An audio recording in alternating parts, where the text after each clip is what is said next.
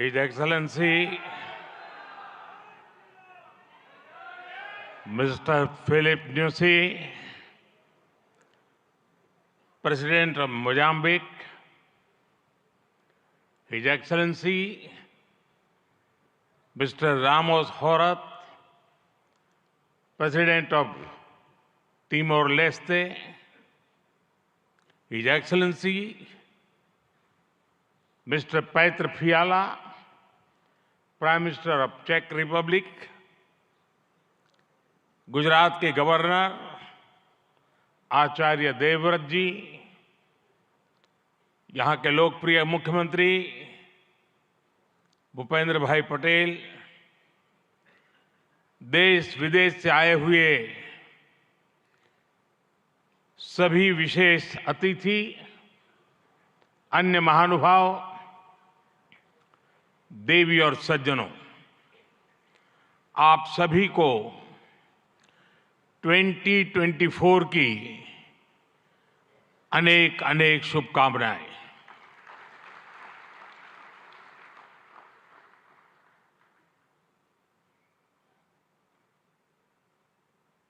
निकट भूतकाल में भारत की आजादी के 75 साल पूरे हुए और अब भारत अगले 25 वर्षों के लक्ष्य पर काम कर रहा है। जब भारत अपनी आजादी के 100 वर्ष मनाएगा, तब तक हमने भारत को विकसित बनाने का लक्ष्य रखा है और इसलिए ये 25 साल का कार्यकाल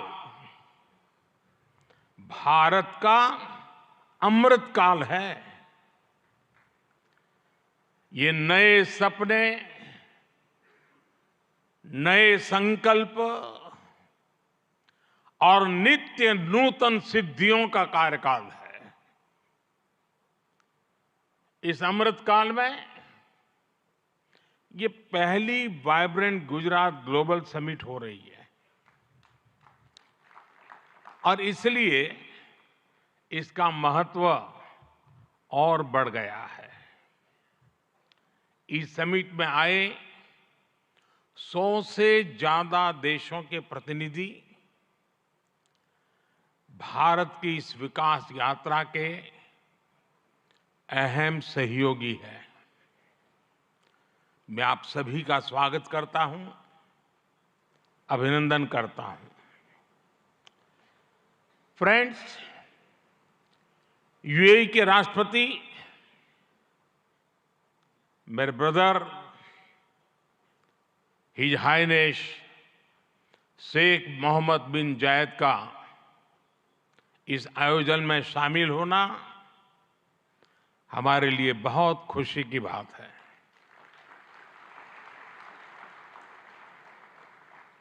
वाइब्रेंट गुजरात में इस समिट में उनका यहां चीफ गेस्ट के तौर पर उपस्थित होना भारत और यूएई के दिनों दिन मजबूत होते आत्मीय संबंधों का प्रतीक है। कुछ देर पहले हमने उनके विचार सुने। भारत को लेकर उनका विश्वास, उनका सहयोग बहुत ही गर्मजोशी से भरा हुआ है। जैसा उन्होंने कहा, vibrant Gujarat summit economic development और इन्वेस्टमेंट से जुड़ी जानकारियों और अनुभव साझा करने का ग्लोबल प्लेटफॉर्म बन गई है। इस समिट में भी भारत और यूएई ने फूड पार्क्स के विकास के लिए, रिन्यूएबल एनर्जी के क्षेत्र में सहयोग बढ़ाने के लिए, इनोवेटिव हेल्थ केयर में निवेश के लिए कई महत्वपूर्ण समझौते किए हैं। भारत के पोर्ट इंफ्रास्ट्रक्चर में यूएई की कंपनियों द्वारा कई बिलियन डॉलर के नए निवेश पर सहमति बनी है। यूएई के सॉवरेन वेल्थ फंड द्वारा गिफ्ट सिटी में ऑपरेशन शुरू किए जाएंगे। ट्रांसवर्ल्ड कंपनी यहां एयरक्राफ्ट और शिप लीजिंग एक्टिविटीज भी शुरू करने जा रही है।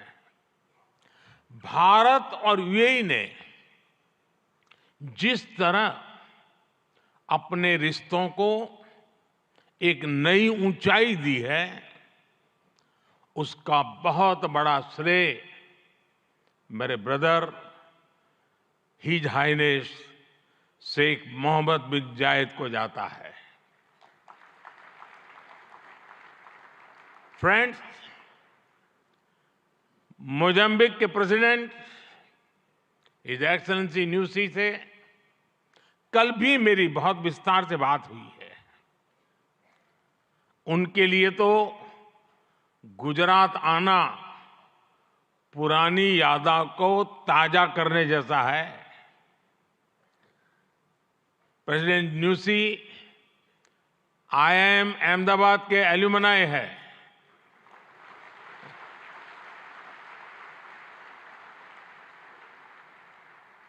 भारत के लिए गर्व की बात है कि हमारी G20 प्रेसिडेंसी में अफ्रीकन यूनियन को स्थायी सदस्यता मिली।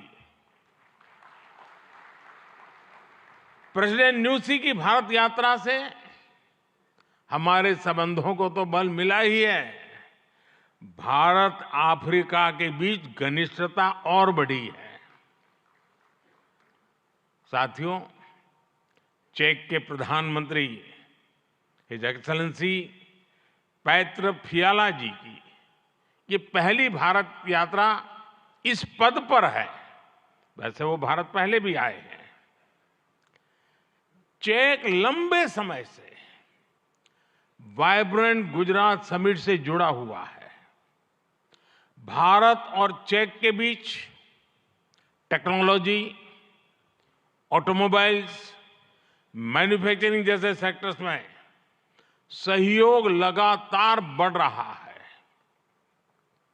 हिज एक्सेलेंसी पैत्र फियाला, मुझे विश्वास है आपकी इस यात्रा से दोनों देशों के संबंध और मजबूत होंगे। हमारे यहां कहा जाता है, अतिथि देवो भव, और प्रधानमंत्री के रूप में आपकी तो ये पहली भारत विजिट है। उम्मीद है आप बहुत शानदार यादें लेकर यहां से जाएंगे। फ्रेंड्स, नोबेल लॉरिएट और तिमोर लेस्ते के राष्ट्रपति हिज एक्सेलेंसी रामोस होर्ता का भी मैं भारत में स्वागत करता हूं। हिज एक्सेलेंसी रामोस होर्ता का गांधीनगर आना और विशेष है। आपने महात्मा गांधी के नॉन वायलेंस के सिद्धांत को अपने देश के स्वातंत्र संग्राम से जोड़ा है। आसियान और इंडो पैसिफिक क्षेत्र में तिमोर लेस्ते के साथ हमारा सहयोग बहुत अहम है। फ्रेंड्स, कुछ समय पहले ही वाइब्रेंट गुजरात ग्लोबल समिट को 20 वर्ष पूरे हुए हैं। बीते 20 वर्षों में इस समिट ने नए आइडियाज को प्लेटफॉर्म दिया है। इसने इन्वेस्टमेंट्स और रिटर्न्स के लिए नए गेटवे बनाए हैं। और अब वाइब्रेंट गुजरात ग्लोबल समिट की इस बार की थीम है गेटवे टू द फ्यूचर। 21वीं सदी की दुनिया का फ्यूचर हमारे साझे प्रयासों से ही उज्जवल बनेगा। भारत ने अपनी G20 प्रेसिडेंसी के दौरान भी ग्लोबल फ्यूचर के लिए एक रोड मैप दिया है। वाइब्रेंट गुजरात ग्लोबल समिट के इस एडिशन में भी इस विजन को और आगे बढ़ा रहे हैं। भारत I2U2 और दूसरे मल्टीलेटरल ऑर्गेनाइजेशन के साथ पार्टनरशिप को लगातार मजबूत कर रहा है। One world, one family, one future का सिद्धांत विश्व कल्याण की अनिवार्य आवश्यकता है। फ्रेंड्स, आज तेजी से बदलते हुए वर्ल्ड ऑर्डर में भारत विश्व मित्र की भूमिका में आगे बढ़ रहा है।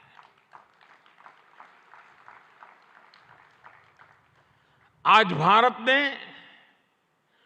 विश्व को ये भरोसा दिया है कि हम साझा लक्ष्य तय कर सकते हैं, अपने लक्ष्य प्राप्त कर सकते हैं। विश्व कल्याण के लिए भारत की प्रतिबद्धता, भारत की निष्ठा, भारत के प्रयास और भारत का परिश्रम आज की दुनिया को ज्यादा सुरक्षित और समृद्ध बना रहा है। The world looks at India as an important pillar of stability, a friend who can be trusted, a partner who believes in people-centric development, a voice that believes in global good, a voice of the global South, an engine of growth in the global economy, a technology hub for finding solutions, a powerhouse of talented youth, and a democracy that delivers. Friends, Bharat के 1.4 billion लोगों की priorities और aspirations, human centric development पर उनकी आस्था, inclusivity और equality का हमारा commitment, विश्व समृद्धि और विश्व के विकास का बहुत बड़ा आधार है। आज भारत दुनिया की 5th लार्जेस्ट इकोनॉमी है। 10 साल पहले भारत 11th पर था। आज दुनिया की हर प्रमुख रेटिंग एजेंसी का अनुमान है कि भारत अगले कुछ वर्षों में दुनिया की टॉप 3 इकोनॉमी में जाएगा।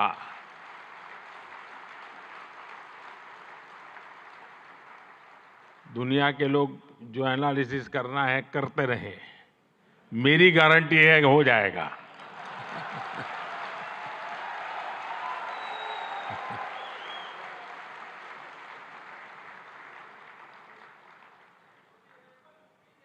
एक ऐसे समय में जब विश्व अनेक अनिश्चितताओं से घिरा हुआ है, तब भारत दुनिया में विश्व की एक नई किरण बनकर के उभरा है। भारत की प्राथमिकताएं बिल्कुल स्पष्ट है। आज भारत की प्राथमिकता है sustainable industry, infrastructure and manufacturing.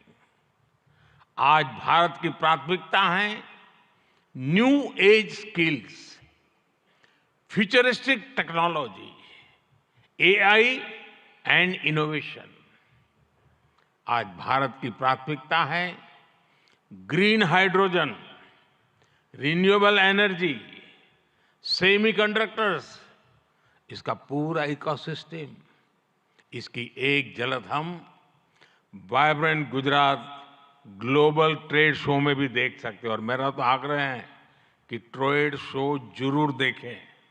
Gujarat के भी स्कूल कॉलेज के विद्यार्थी जरूर जाएं।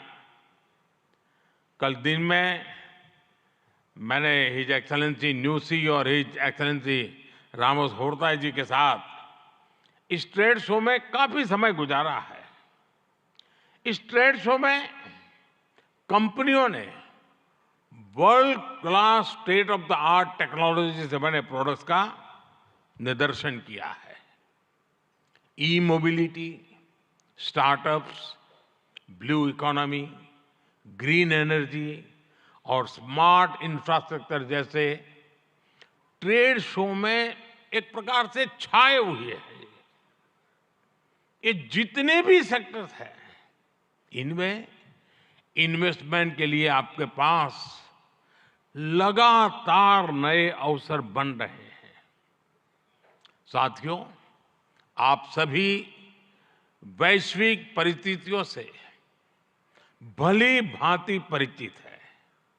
ऐसे में आज अगर भारत की इकोनॉमी में इतना रेजिलियंस दिख रहा है, अगर आज भारत की ग्रोथ में इतना मोमेंटम दिख रहा है, तो इसके पीछे बड़ी वजह है बीते 10 वर्षों में स्ट्रक्चरल रिफॉर्म्स पर हमारा फोकस। इन रिफॉर्म्स ने भारत की इकोनॉमी की कैपेसिटी, कैपेबिलिटी एंड कॉम्पिटिटिवनेस बढ़ाने का बहुत बड़ा काम किया है। रिकैपिटलाइजेशन और आईबीसी से हमने भारत के बैंकिंग सिस्टम को दुनिया के सबसे मजबूत बैंकिंग सिस्टम में से एक बना दिया है। ईज ऑफ डूइंग बिजनेस पर जोर देते हुए हमने 40,000 से ज्यादा कंपनीज को समाप्त कर दिया है, कंप्लायंसेस को समाप्त कर दिया है। जीएसटी ने भारत में टैक्स के अनावश्यक जाल को खत्म किया है। भारत में हमने ग्लोबल सप्लाई चेन के डाइवर्सिफिकेशन के लिए बेहतर माहौल बनाया है। हाल में ही हमने 3 FTA साइन किए ताकि ग्लोबल बिजनेस के लिए भारत और अट्रैक्टिव डेस्टिनेशन बन सके। इनमें से एक FTA तो यूएई के साथ ही हुआ है। हमने अनेक सेक्टर्स को ऑटोमेटिक रूट से FDI के लिए ओपन किया है। आज भारत इंफ्रास्ट्रक्चर पर रिकॉर्ड इन्वेस्ट कर रहा है। पिछले 10 वर्ष में भारत का कैपेक्स 5 गुना अधिक हो चुका है। फ्रेंड्स, भारत आज ग्रीन एनर्जी और अल्टरनेटिव एनर्जी सोर्स को लेकर भी अभूतपूर्व गति से काम कर रहा है। भारत की रिन्यूएबल एनर्जी कैपेसिटी 3 गुना बढ़ी है और सोलर एनर्जी कैपेसिटी में 20 गुना वृद्धि हुई है। डिजिटल इंडिया मिशन ने भारत में लाइफ और बिजनेस दोनों को ट्रांसफॉर्म कर दिया है। 10 वर्षों में सस्ते फोन और सस्ते डेटा से डिजिटल इंक्लूजन की नई क्रांति आई है। हर गांव तक ऑप्टिकल फाइबर पहुंचाने का अभियान, 5G का तेजी से विस्तार आम भारतीयों का जीवन बदल रहा है। आज हम दुनिया में तीसरे बड़े स्टार्टअप इकोसिस्टम है। 10 वर्ष पहले तक भारत में कुछ 100 स्टार्टअप थे। आज भारत में 1,15,000 रजिस्टर्ड स्टार्टअप्स है। भारत के ओवरऑल एक्सपोर्ट में भी रिकॉर्ड बढ़ोतरी हुई है। फ्रेंड्स, भारत में जो ये बदलाव आ रहा है, वो भारत के नागरिकों की ईज ऑफ लिविंग भी बढ़ा रहा है, उन्हें एम्पावर कर रहा है। हमारी सरकार के 5 वर्षों में 13.5 करोड़ से ज्यादा लोग गरीबी से बाहर निकले हैं। भारत में मिडिल क्लास की एवरेज इनकम लगातार बढ़ रही है। भारत में फीमेल वर्कफोर्स के पार्टिसिपेशन में भी रिकॉर्ड वृद्धि हुई है। भारत के भविष्य के लिए ये बहुत अच्छी संकेत है। और इसलिए मैं आप सभी का आह्वान करूंगा कि भारत की इस विकास यात्रा से जुड़िए, हमारे साथ चलिए। साथियों, लॉजिस्टिक्स को लेकर ईज ऑफ ट्रांसपोर्टेशन के लिए भी भारत में आधुनिक पॉलिसीज पर काम हो रहा है। 10 साल पहले भारत में 74 एयरपोर्ट थे। आज भारत में 149 एयरपोर्ट्स हैं। भारत का नेशनल हाईवे नेटवर्क पिछले 10 सालों में करीब करीब 2 गुना हो चुका है। 10 सालों में हमारा मेट्रो ट्रेन नेटवर्क 3 गुना से ज्यादा बढ़ चुका है। गुजरात हो, महाराष्ट्र हो या फिर हमारी ईस्टर्न कोस्ट लाइन हो, इनको आज डेडिकेटेड फ्रेट कॉरिडोर से जोड़ा जा रहा है। भारत में आज अनेक नेशनल वाटरवेज पर एक साथ काम चल रहा है। भारतीय पोर्ट्स का टर्न अराउंड टाइम आज बहुत कॉम्पिटिटिव हो गया है।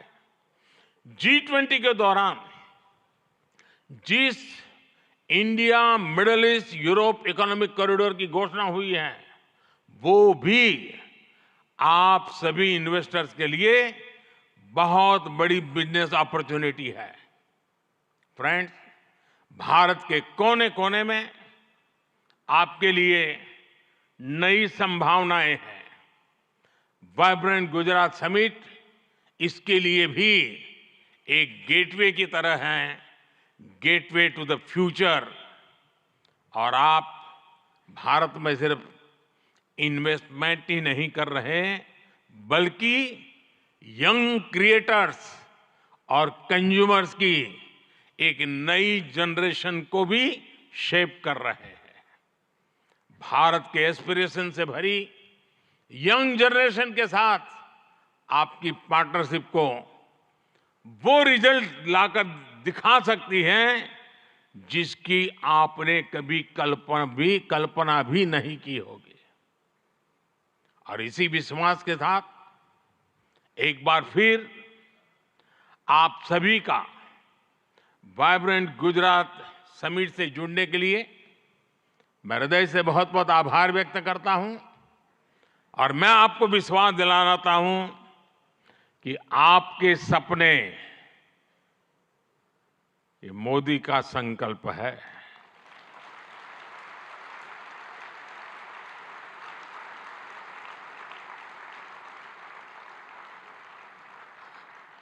आपके सपने जितने बड़े होंगे, मेरा संकल्प भी उतना ही बड़ा होगा। आइए, सपने देखने के अवसर अनेक हैं, संकल्प पूरा करने का सामर्थ्य भी मौजूद है। बहुत बहुत धन्यवाद।